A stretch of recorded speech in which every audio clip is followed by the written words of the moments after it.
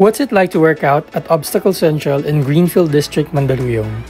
First off, easy run daw muna 4 times around the block, sabi ni Coach.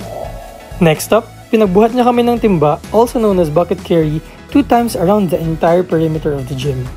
Medyo pahirap. This video has been sped up 10 times, by the way.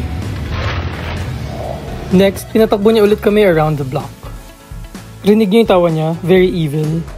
After that, we did the hoist. So this is my friend's very first time to do this at I'm impressed, kaya niya. Okay, nice. Dahan-dahan yung baba. Tapos pinatakbo ulit kami ni Coach. Pero this time, lakad na lang kami kasi wala na kaming energy. Next up is the rope climb.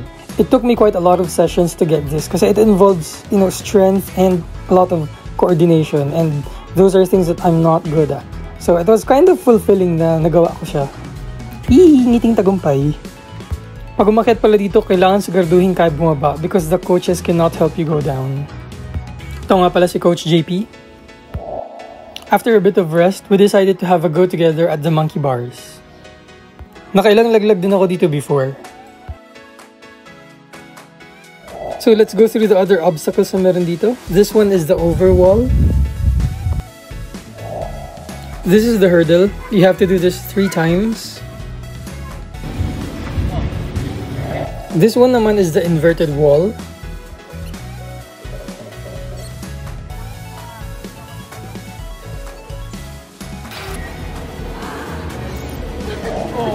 I forgot what this one was called, pero masyadong nagmaganda yung maganda ko ng friend. Sumakay pa siya para mas pahirapan ako. Nakakainis yung tawa. At meron pa nga paghila pabalik. Okay. This one naman is called Atlas Carry. Ito naman yung rings.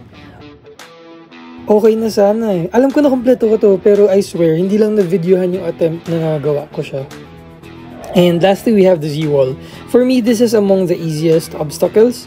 I'm not saying na ang galing-galing ko, pero we have different strengths. And I know for others may mga para sa kanila na mahirap naman para sa akin.